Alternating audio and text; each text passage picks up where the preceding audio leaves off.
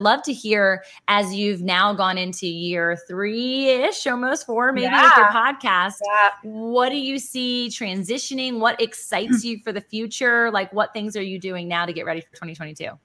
Yeah, so fun. So like I said, we're phasing out of coaching as a company, which is really like, not completely. Like, I'm like, I will always have a few people because it's just so much fun. And I love putting them on the podcast as well to let people hear, like, no matter what you're coming to the table with, I do not care what it is. Like, I'm an amazing meal prepper. Oh my gosh, there's like so much waiting for you. We're like, oh, I create devotionals, or I'm a life coach, or I just love reading to my grandkids. I don't care what it is. Like, there is a podcast and a course where someone else is going, how do I do that thing? And people will come to me all the time, like, I don't have a thing.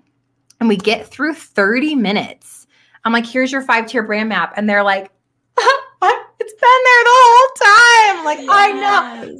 So what I want you to know is, like, every single one of you has this beautiful book in heaven that's written about you, and God knows your strengths and your trials and your triumphs and your purpose. And he has this book about you. And what he's waiting for is the ask, like, Lord, I'm ready. Like, I'm ready for my book. Like, what's the thing that I'm called to do, and how am I called to do it? And I always envision him like standing next to me with a gift. And he's been standing there the whole time. But until I asked, he didn't hand it to me. And so when I finally open the gift, it doesn't really make sense. Like, I imagine it as like a bunch of puzzle pieces. I'm like, I don't really know what this is. And he says, daughter, here's the corner. And I'm like, corner. I'm like, step 1.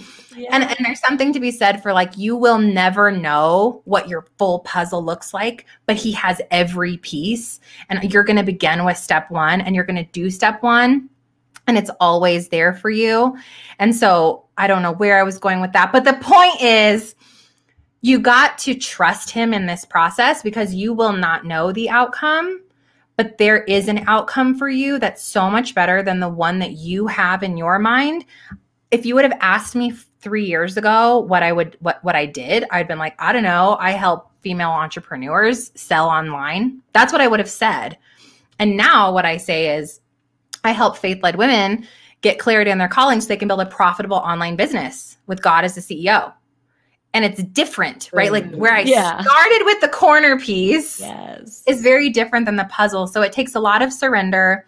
It takes partnering with him, but it also takes really massive action and getting out of your own way around messing up. And the last piece of that whole thing is finding the way that you're called to serve and not worrying about how everyone else is doing it. I think there was this moment where I was like, gosh, I should be doing that. I should be, because everyone else is doing that. But instead, I finally went inward and was like, God, what do you want me to do? How am I called to find the vessel and the way to serve? And then obedience when you hear it. And that's the hardest part, because there were times where my podcast lulled and I'm like, ooh, I should again. I should. And I could hear that small, quiet, still Holy Spirit voice being like, until. And I'm like, all right, stepping up that, and then I would break through. I'd break through the lull again. Like, so you're fighting what the world says you should do and should be. And you're only moving forward on what God says for you. That's the biggest secret I can say in this whole thing. I think it's really powerful. It's wise, and it's counterculture, right? Like, we're so used to jumping to the next shiny object. And I think as I've been traversing my puzzle pieces and putting them together, I've been really asking God every single time, is this one from you? Right? Because I think a lot of times we'll grab something and like, this could fit, right? Yeah. Like, this actually doesn't even belong in this space at this time. You can't see what's happening around it. And so I've been really leaning into discernment and whether or not this piece is mine, and is it time for this piece to be used? And I think it's really important for people to realize that, like, the pace that we plan to complete the puzzle, how horrible it would be if you actually completed the puzzle. Like, then what?